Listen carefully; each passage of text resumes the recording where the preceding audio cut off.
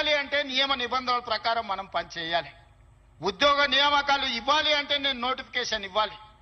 ప్రభుత్వ శాఖలలో ఖాళీలను తెచ్చుకోవాలి, రేషనలైజేషన్ చేయాలి, ఎక్కడెక్కడ ఖాళీలు ఉన్నాయో గుర్తించాలి.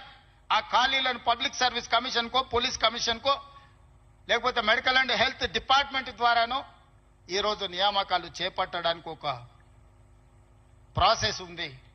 ఆ ప్రాసెస్ ప్రకారం మనం ఈరోజు చేసుకుంటున్నాం. ఒకనాడు నోటిఫికేషన్ల కోసం మీరు ధర్నాలు నిరసనలు చేసేది. నేను మీద నోటిఫికేషన్లు ఇస్తే అశోక్ నగర్ చౌరస్తాలో, అమీర్పేట చౌరస్తాలో రోజు నిరసనలు. ఇన్ని నోటిఫికేషన్లు మాకు వద్దని మొట్టమొదటిసారి తెలంగాణ రాష్ట్రంలో నోటిఫికేషన్లు తగ్గించడం ఉద్యమం జరిగింది. అందుకే మిత్రులారా, మీకు అనుమానాలు ఉంటే నివృత్తి చేస్తా. కొన్ని రాజకీయ పార్టీలకు కొంతమందికి అధికారం పోయినా కడుపుమంట ఉంటుంది, బాధ ఉంటుంది, దుఃఖం ఉంటుంది, ఆవేదన ఉంటుంది. కొడుకులను ఏమేమో చేద్దాం అనుకుంటే ఎందుకు కాకుండా పోతురని తండ్రికి ఆవేదన ఉంటే ఆవేదనతో ఆరోగ్యం కూడా దెబ్బతింటుంది. మీరు వాళ్ళ ఉచ్చులో పడితే ఎట్లా? నేనెవరినే? మీరందరు కలిసి చేస్తేనే ముఖ్యమంత్రి అయినా కదా. నేను ఆకాశం నుంచి ఊడిపడ్డానా? అమెరికా నుంచి వచ్చినా? ఏ నుంచి వచ్చినా?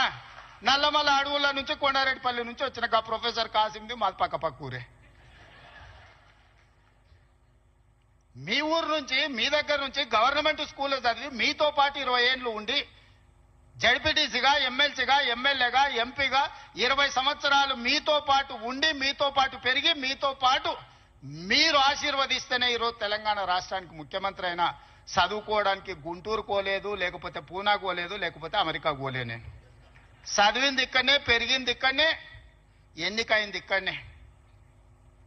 మా తాతలు ముత్తాతలు ఎవరు పెద్ద పెద్ద పదవులలో లేరు. మా నాయన పేరు చెప్పి నేను ఇక్కడికి రాలేదు.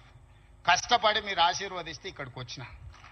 చెట్టు పేరు చెప్పి చింతకాయలు అమ్మదలుచుకోలేదు నేను. కొంతమంది చెట్టు పేరు చెప్పి అమ్ముకునే ప్రయత్నం చేస్తారు.